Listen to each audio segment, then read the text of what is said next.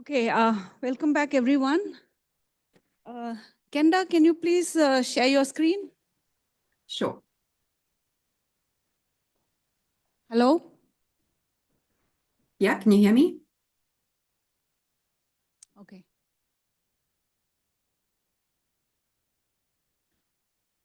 Okay, it's visible now.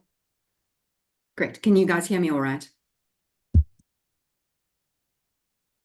Okay, welcome back, everyone. So we should start the second session, morning session now. So we have three speakers for this session based on the topic galaxy clusters.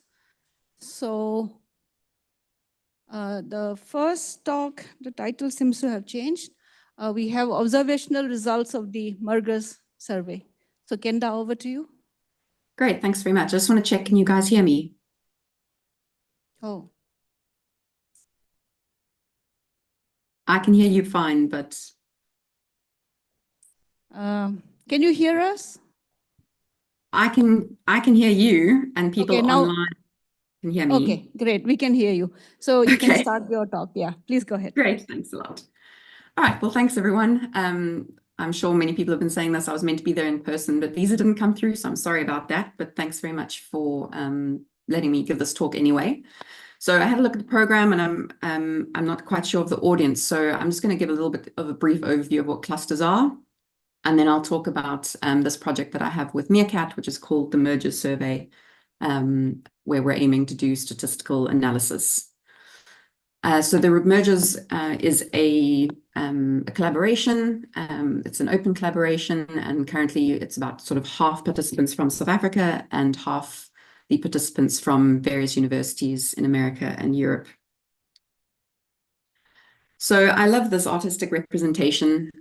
It's of the observable universe. And what we're seeing here is a sort of log scale of all the scales that you can see in our universe. And so this is usually split up into cosmology, which I saw was one of the topics of this conference, and astrophysics, which is all the quote unquote small stuff. And clusters lie at a pretty unique space in our universe because they bridge these two sort of scales of study. So they're unique because they have this position because they sit at the nodes of the cosmic web. So what you're seeing here in the background is a cut from the illustrious TNG simulation. And so clusters are the largest gravitationally bound structures that we know of in the universe. So, and they can be very dynamic environments. You can see at these nodes, you're going to have a lot of content that's infalling. You're going to have large amounts of dark matter. You've got galaxies. And so when you put all this information together using multi-wavelength studies, so here's a beautiful composite from NASA, and the green is an addition from myself, from MERGHERS. So in optical, you've got, well, optical and infrared. You can see the light, the galaxies, where they are. You can get some color information from them. In the blue, you can see where the dark matter is sitting from gravitational lensing studies. In the pink sort of color, you can see the hot thermal intercluster medium from X-rays. And then in the green is what you start being able to probe when you have radio observations of a field. So this is the non-thermal intercluster medium and cosmic rays. So there's a few things you might notice here. So this is the quite famous bullet cluster. It's a very well-known disturbed cluster. So it's undergoing an active merger. And one of the signals of that is that you can see there's a lot of structure in the X-ray, but there's also positional offsets between the dark matter and the X-ray. And what you're seeing here is that a lot of the galaxies shine in the radio, but not all of them. And that the radio it generally has poorer resolution than optical. But the other main thing you'll hopefully notice is that you have this large green haze in the center over the main bulk of the cluster, as well as this sort of quite strong structure. I'm not sure if you can see my cursor, but the strong structure here in the west. So this is called a halo and a relic, and this is one of the topics that I'm going to focus on. So when you have a radio observation, obviously there's many aspects of science that you can study. This slide is just showing a few. It's certainly not all of them, but the one that I'd like to focus on is diffuse cluster radio emission. So this is where we're looking at synchrotron emission that's coming from the cluster itself, so that from the intracluster medium or components of the intracluster medium, rather than the galaxies within the cluster. So because this is synchrotron radiation, you're needing relativistic particles and you're needing a magnetic field. And so when you can see these types of emission, it allows you to study both those components. Now, generally, this diffuse cluster radio emission, it's currently categorized into about 3 or 4 different categories. So on the left-hand side here, you have a radio relic and a radio halo in the Abel 2744 cluster.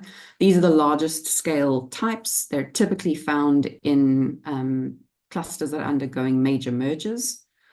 You have mini halos, which are about a lot smaller. So these ones on the left can be anywhere between sort of 700 kiloparsecs to more than a megaparsec. Mini halos tend to be a lot smaller, on the 100 kiloparsec to maybe 300 kiloparsec scale. And they're typically found in cool core clusters and are often bounded by the cold front that you find from the X-rays. Then there's also these GREETs, these gently re-energized tails, where they have more of a galaxy connection, where the idea is that there could be a population of electrons that is left over from AGN activity. So you've had an AGN die, but the plasma has diffused, but it's still within the cluster. And so when there's some merger event or some dynamical event that will dump energy back into the system, it then re-energizes that particle of that patch of electrons up to speeds relativistic enough to start creating synchrotron radiation. So the key thing about all of these structures is just that the time scale that it takes for synchrotron electrons to move through space. They're losing energy, and eventually they should stop being relativistic, and you'd no longer have synchrotron radiation. And for all of these structures, the volumes on which you see the diffuse emission mean that there has to be something in the system that is keeping the electrons at relativistic speeds in order for them to travel far enough to be producing the emission over the scales that we see. So all of these components, they're generally quite faint. So that's microjansky level at gigahertz frequencies. As I said, they're large already. They all have steep spectra. And so far, or rather, as of a few years ago, they were thought to be quite rare. So in terms of people studying these things, you have both individual studies where you're looking at a very bright nearby object, where you can have deep multi-frequency observations. They're very well resolved, they're very bright, and they sort of become the poster children for diffuse emission, and you can test a lot of specific formation mechanisms with them. So what you see in the top here is the relic, the toothbrush relic. So this was by Van Veeren et al. In 2012, and it has since had more than 10 papers just on this particular system, testing things from studies related to the polarization observations, the spectral index. So this is one of the best examples that we have of spectral steepening from a relic, where you have the shock edge on this top end, which is where the energy is being dumped. So you have a flatter spectrum. And then as the plasma is diffusing away from that shock edge, it's steepening, as you can see here. But obviously in the sky, there's only a small number of clusters that could potentially be used for individual studies and could be studied in depth, with enough resolution and enough sensitivity. And there's thousands of other clusters that don't meet those criteria, but still have very useful information. And so that's where statistical studies come in. And statistical studies is where we have learned a lot about the overall population of the different types, so halos versus mini halos versus relics, etc. So what you see on the right-hand side here, on the top plot, this is a radio power X-ray luminosity correlation, where they found that detections of radio halos lay on a correlation, and then where you had non-detections, they created this this population at the bottom that was at sort of an order of magnitude below the correlation at the higher X-ray luminosity end. The green points that you see here are ultra steep spectrum sources. And so these, as those came in over the years, as our sensitivity improved and our observations improved, this started to look like it was filling in the gap between the correlation and the upper limits. So that lends the question, is this bimodality that was being seen, is it real, or is it just an effect of sort of observation selection bias? And this is one of the very interesting things, because this bimodality was predicted by one of the formation models. And sorry, I should have put a reference in here. This is Casano et al. 2010. The other thing people have looked at is trying to understand the dynamical state of systems and the presence of, for example, radio halos. So this is a plot that you're seeing from Kachiti et al. 2021, where they looked at dynamical morphological parameters from X-ray imaging. And in the region that I've highlighted, this is where a cluster would be considered dynamically disturbed. The red points are detections of halos, the black points are non-detections. And so what you can see here is that it's not a very clear separation. It's not a case where you only have detections in a sort of quote unquote disturbed area and non-detections elsewhere. There's quite a lot of scatter. What you do see, though, was when you split this into different mass bins, is at the high mass bin, the dichotomy is a lot clearer. So that's great. We've had a lot of really good information from statistical studies, but there are still many open questions. And so some of the ones that I've highlighted here is the merger timescale component. So again, looking at a power, in this case, X-ray correlation. There were some really lovely simulations done by Donat et al. 2013, which is what you can see in this progression panel, where the color is simulated X-ray and the contours are simulated radio. And basically what they found is that a cluster could move through this plane depending on where in the merger you caught it, which obviously can contribute a lot of scatter. And so trying to understand this is an active area of study. And then the other thing is that a lot of the statistical samples, in fact, the majority of them to date, have been restricted to quite low redshift, so 0.2 to 0.4. And then recent samples with LOTS DR2, I think, is the only one at 150 megahertz that has clusters out to higher redshift. And so a lot of the formation mechanisms that were being discussed by the theorists, they predicted that you would have a dearth of detections at high redshift. But when you actually started looking at them, so there were sort of individual studies that were done. One of the, maybe the most famous one is the El Gordo cluster at a redshift of 0.87, which hosts one of the most powerful radio halos, as well as a double relic system. And then there was a Nature paper by De Gennaro et al., where they studied high redshift clusters from LOFAR. And basically what they found there is that the halos, certainly in high redshift clusters, first of all, are there. And also they have similar powers to low redshift ones, which means that the magnetic fields at these higher redshifts must have similar strengths, which was contrary to what we thought, and has made us have to go back and reanalyze and rethink about our understanding of magnetic field development. So MERCAT is a particularly good instrument to study diffuse emission because of the array design. It's got a very compact core, which gives you excellent sensitivity to large stuff on the sky, but it also has sufficiently long baselines. So at the moment, the maximum is 8 kilometers. This is expected to increase to about 13 or 17 in the coming years. And that baseline can let you separate out the small scale information from the large. So this is just an example. This was the Able 3667 cluster, and this was our best image that we had for a long time from the SUM survey. And when you observe the same cluster with MERCAT, you can still picture, you can still get all the volume of the large sources, but you start resolving beautiful filamentary structures that were lost to us before. So this leads me to the MERGHERS survey. So the goal of this survey is to do statistical studies of galaxy clusters, particularly for diffuse cluster emission, over wide redshift and mass ranges.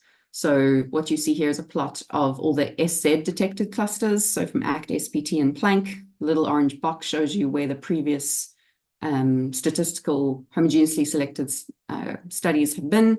And so we're wanting to start probing this larger region. We're using the ACT DR5 catalog because it has, at the moment, the DR5 one has over 4,000 optically confirmed clusters. The DR6 that's just landed has over 10,000. And these are all in this black-edged region in the southern sky, which is very well suited to MERGHERS' footprint. So the first thing we did with MERGHERS back in 2019 was we decided that we wanted to do an observational test pilot. The reason for this is because we were wanting to build up to at least sort of 200 clusters, and MERGHERS is known to have a short lifetime because of the eventual amalgamation into the SKA. And so we wanted to see if we could do this with relatively short observation times. MERGHERS is powerful enough to do this, but when you have short amount of time on an interferometer, it can cause various observational problems, which I won't get into. So we created an observational strategy, and we did a test pilot with 13 systems, basically to test if we use the strategy, are we going to A, recover diffuse emission, and will we be able to work with the data from a technical point of view?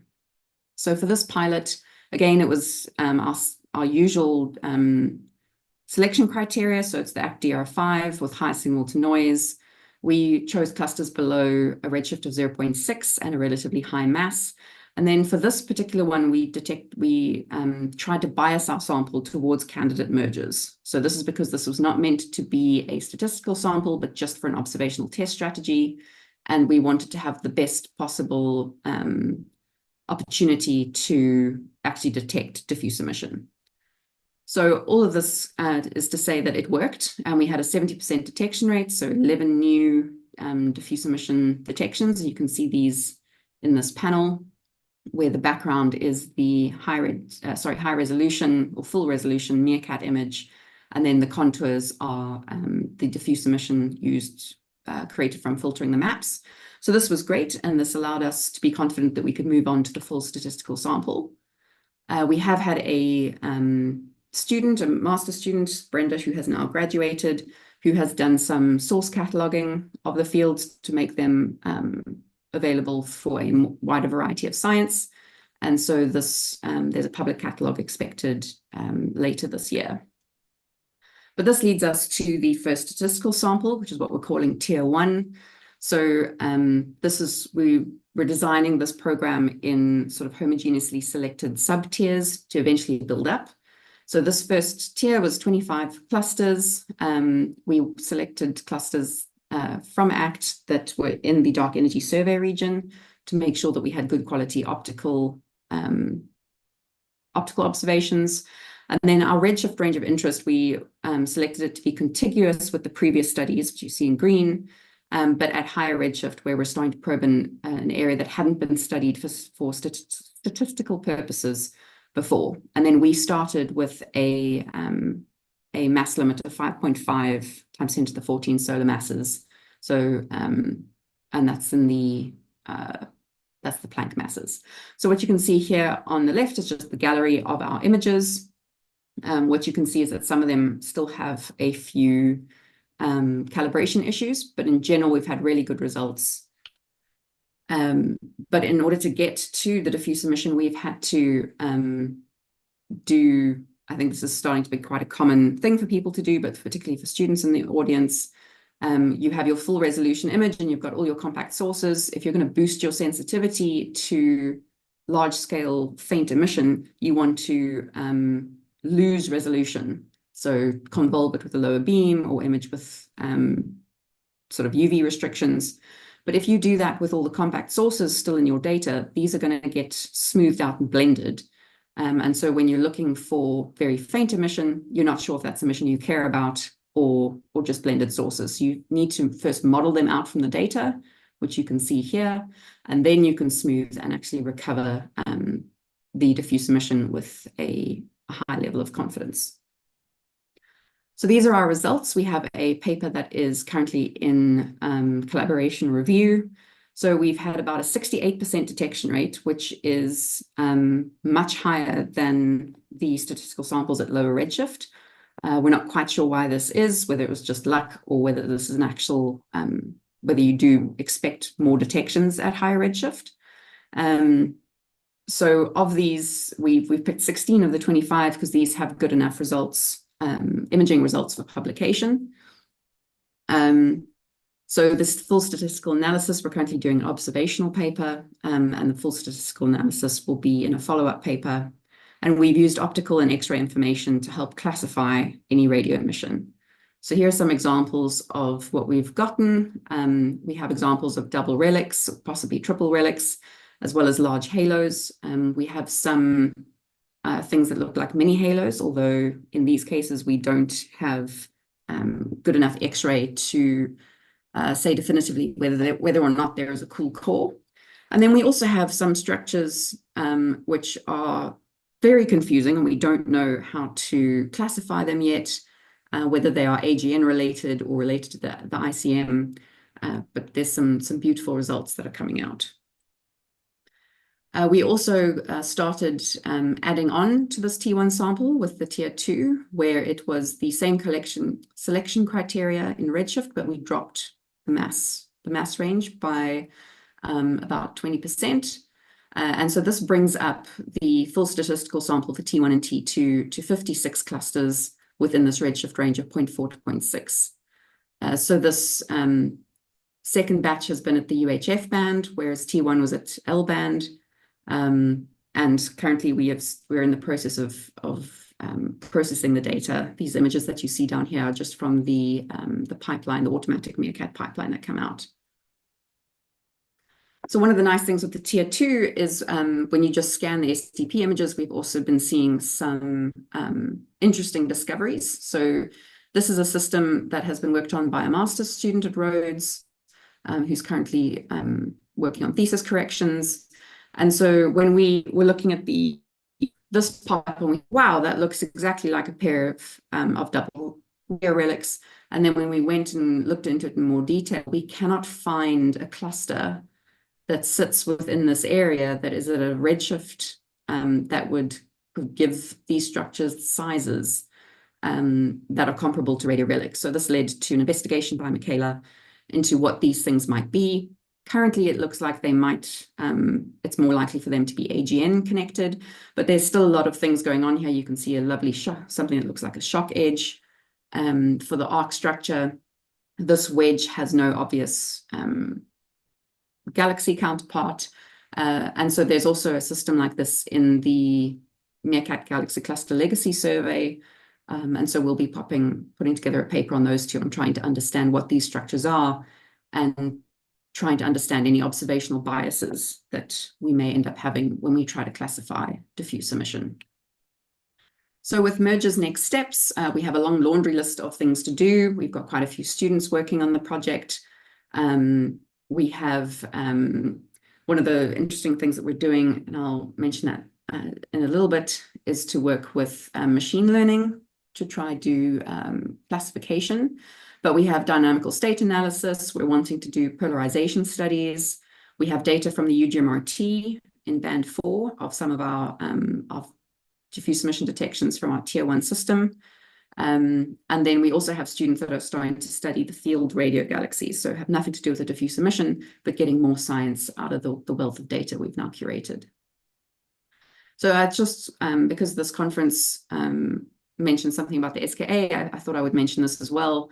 So I mentioned this post-processing technique that we had to use in order to get the best possible image of the diffuse emission. And this process required the visibilities, so the actual raw radio data or calibrated radio data to take advantage of the interferometer. But the thing is, with the SKA, we're going to have huge volumes of data, and we've already been told that it is highly unlikely that we will get the raw data or to be stored long term, which means we may not have access to the visibilities, and it may only be images. So this leads to a mild sort of panic in the community of how are we going to do these things. And so, you're needing to find sources of interest in very large volumes of data. You're needing to do this post-processing. And so currently we are working with colleagues at both in South Africa and at EPFL in Switzerland on machine learning and data science techniques to both find these sources, so that's using the Astronomy software from Michelle Lochner, and also to try and find different ways to do this post-processing to separate out the different modes. And so that's being led by people in Switzerland using the Blue Build imager.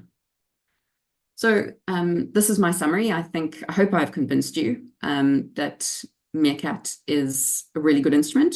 And so MERGHERS is currently the first homogeneous cluster study above 150 megahertz, looking at clusters in the higher redshift ranges. We have several new diffuse emission detections, some of which seem pretty clear what they are, and others are quite a puzzle. It really is important to have good multi-wavelength data if you're going to be working on diffuse radio emission. And when we start building up these large populations of data sets, they can be used to help us prepare for all the technical challenges that are going to come along in the SKA era. So thanks very much for your attention. I'm open to questions.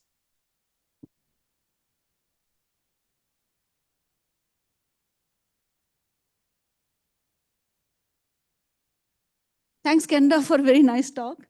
We have time for some questions.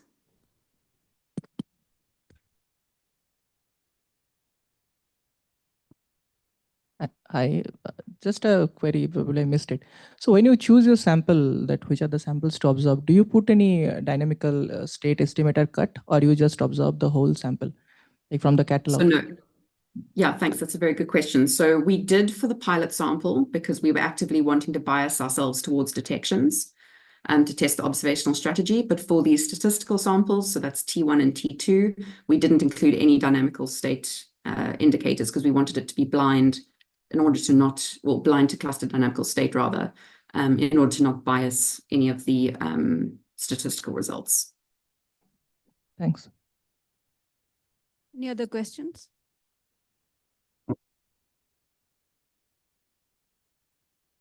Okay. So if there are no more questions, let us thank Kenda again. And we'll move on to the next speaker.